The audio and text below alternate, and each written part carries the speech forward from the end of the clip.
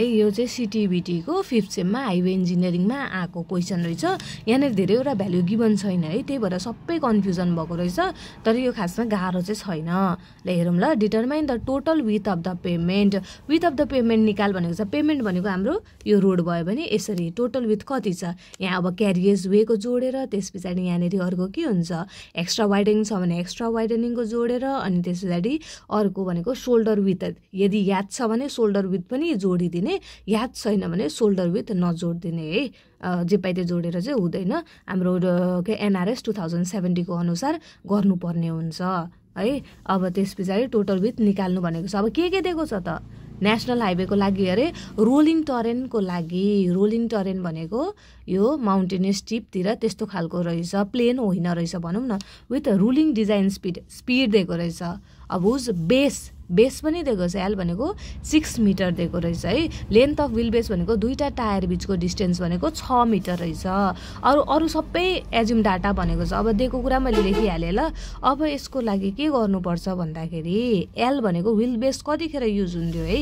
क्यारियज वेको पनि हामीलाई थाहा छैन, यो पनि एज्युम गर भनेको छ। अर्को यो अरू के चाहिन्छ सबै एज्युम गर्नु भनेको छ। अब एल भनेको कतिखेर युज हुन्थ्यो भने त एल भनेको एक्स्ट्रा वाइडनिङमा युज हुन्थ्यो।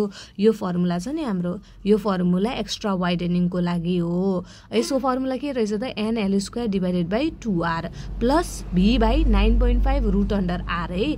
यति मात्र भ्यालु भनेको NL² बाई 2R भनेको मेकानिकल वाइडनिङ हो है। अनि यो गाडीलाई चाहिने हो, यो भनेको साइकोलोजिकली हामीलाई चाहिने हो यो भ्यालु भनेको चाहिँ है। छुट्टा छुट्टै सोध्दैन होला, MCQहरू त छैन। यो ठिकै छ ल। यो गरौँ। अब N पनि दिएको छैन। N भनेको के हो number of lane. Number of lane के गर्ने भन त भनेको छ भनेको छैन। भनेको छैन भनेपछि तिमीले कति राख्छौ त नेसनल हाइवे रहेछ। नेसनल हाइवे भनिसकेपछि कम्तीमा पनि 2 लेनको त होला, 1 लेनको त होइन होला। N भनेपछि के राख्यौ 2 राख्यौ है।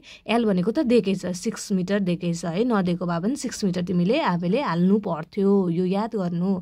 त्यसपछि R दिएकै छैन, V दिएको छ 80 दिएको छ होइन। 9.5 रुट अन्डर R फेरि R को टर्म यहाँ आयो। अब R आएन हामीलाई। R कसरी गर्ने त। R को लागि के हिन्ट दिएको छ भनेर त रोलिङ टरेन भनेर हिन्ट दिएको छ। रोलिङ टरेन भनिसकेपछि कस्तो खालको भन्दाखेरि यो प्लेन चाहिँ होइन भनेको छ है। प्लेन चाहिँ होइन, केही स्लोप छ भनेको छ। रोलिङ टरेनको लागि हामीलाई अब के छ भन्दाखेरि यो सुपर एलिभेसनको भ्याल्यु थाहा छ।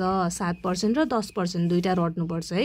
यो 7% भनिसकेपछि कुनको लागि यो टर्महरू देख्यो भने प्लेन, रोलिङ, माउन्टेनियस, स्टिप टरेनहरू र स्नो बाउन्ड एरियाज भन्ने टर्महरू भेट्यो भने 7% लाउने, यानि कि 0.07 हालेर न्युमेरिकल सल्भ गर्ने है। त्यस पछाडि 10% चाहिँ कतिखेर हाल्ने भन्दा hilly areas not bound by snow. Hairpin bend भन्दाखेरि पनि यही लाउने, नट बाउन्ड बाई स्नो भन्दाखेरि पनि 10% लाउने, यानि कि 0.1 लाउनुपर्छ है यतिखेर।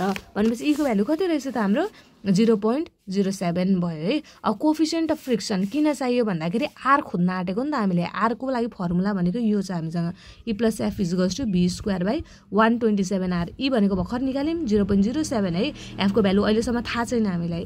B भनेको कति छ 80 दिएकै छ। R पनि थाहा छैन, हामीले यो R नै निकाल्न खोजेको भनेपछि F को भ्यालु थाहा भयो भने R थाहा हुन्छ। अब F को भ्यालु पनि दुईटा रट्नुपर्छ है हामीले। F को भ्यालु दुईटा रट्नुपर्छ। F को भ्यालु भनेको एउटा भ्यालु भनेको के छ भन्दाखेरि 0.15 हो, अर्को भ्यालु भनेको 0.35 हो है। 35 भयो। 35 यो रोड भयो भने यो लङ्गिट्युडनली लिनुपर्छ कुनै कुराहरू क्याल्कुलेट गर्दैछौ भने 0.35 भनेर लिनुपर्छ। अब ल्याटरल भनेपछि यसरी गइरहेको छौ भने केही कुराहरू जस्तै अब एक्स्ट्रा वाइडनिङ आयो नि हाम्रो भनेको चाहिँ कतिखेर नाप्ने भने त यता र यता यसरी नाप्ने हो नि त। यो भनेको कति हुनुपर्छ 0.15 भनेपछि अहिले हामीले कुन चलाउँछौँ हामीले यसरी नापिरहेछौँ भनेपछि 0.15 लिन्छौँ है। 0.15 लाएर त्यस पछाडि के गर्ने त हाम्रो 0.15 लाएर हामीले निकाल्छौँ है। यहाँनिर R को भ्यालु 229 आयो, पोइन्ट समथिङ आयो। मैले 230 हाल्दै त्यसपछि R पनि आयो। अब R आएपछि अघिको फर्मुलामा हाल्दा भइहाल्यो त। अघिको फर्मुलामा N थाहा हामी एज्युम गऱ्यौँ दुईटा हुन्छ भनेर, दुईटा लेनको L भनेको दिएकै छ। त्यस पछाडि यो गर्दाखेरि 0. समथिङमा आउँछ, 0.711 मा आयो है।